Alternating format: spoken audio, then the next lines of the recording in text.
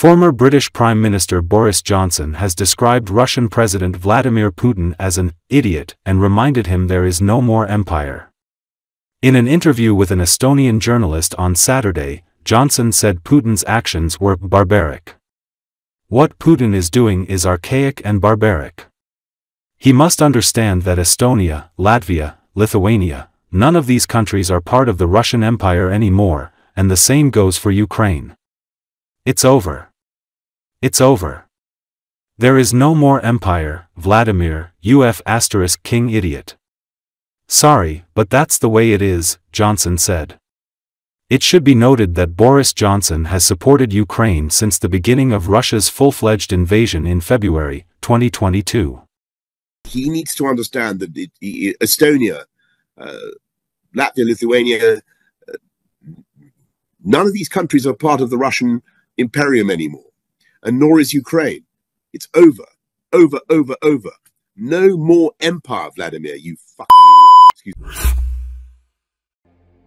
U.S. President Joe Biden said on Friday he didn't think that dropping out of the presidential race over the summer helped deliver the election to Trump.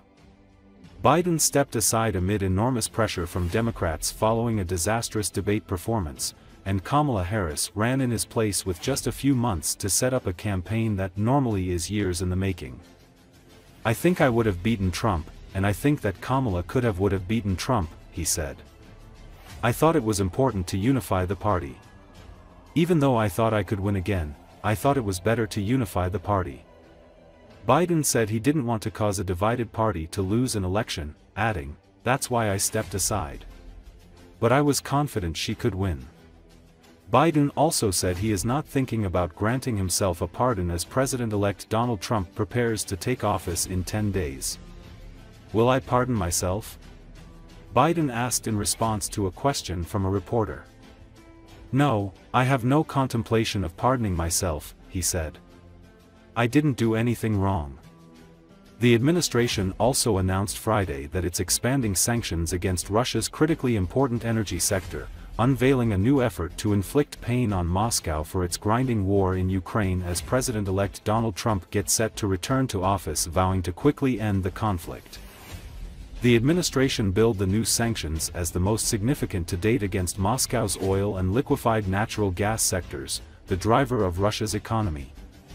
Officials said the sanctions, which punish entities that do business with the Russians, have the potential to cost the Russian economy upward of billions of dollars per month. More than 180 oil-carrying vessels that are suspected to be part of a shadow fleet utilized by the Kremlin to evade oil sanctions, as well as traders, oil field service firms and Russian energy officials, are also targeted by the new sanctions. Several of the vessels targeted are also suspected of shipping sanctioned Iranian oil, according to the Treasury Department.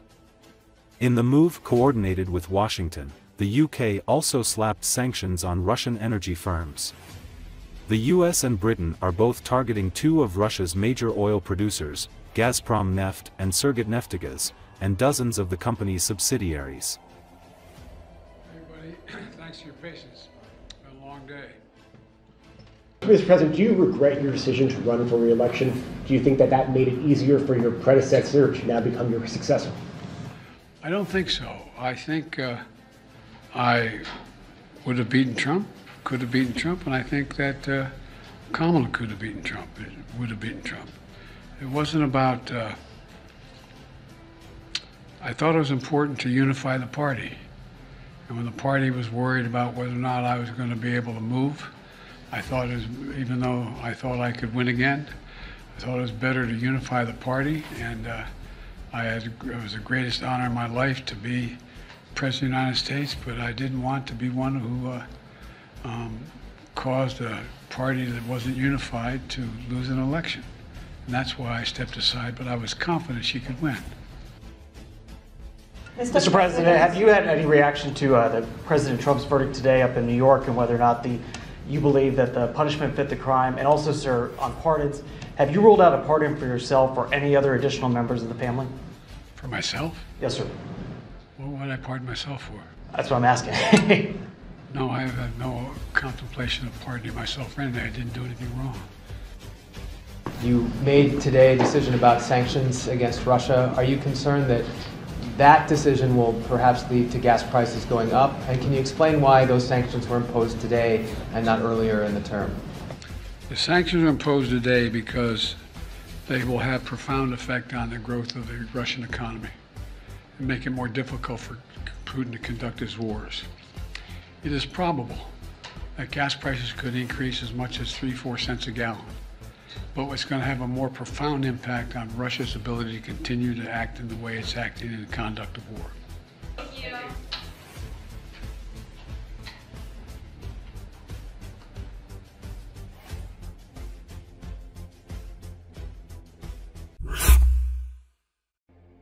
More than half a dozen people, including firefighters, suffered injuries, and dozens of New York City residents have been displaced as firefighters battle a fire that broke out at a building in the Bronx. The New York Fire Department reported that the agency responded to a 5-alarm blaze in the Bronx. In a statement shared by New York Fire Department Chief John Esposito, the department reported 7 minor injuries, 5 to firefighters and 2 to civilians from the fire on Wallace Avenue. The area, called the Cock Loft, is an open area for the entire length and width of the building, the fire chief noted. Heavy fire destroyed all the apartments on the top floor and burnt through the roof, his statement continued.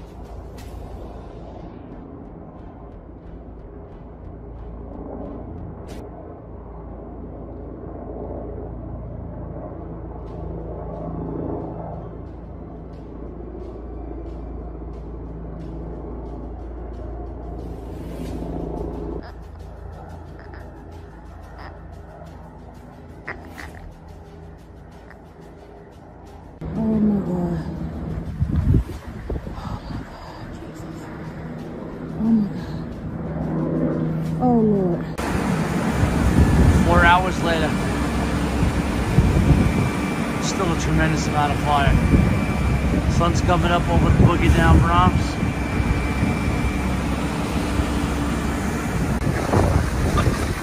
Alright, that's 449 Sulfur.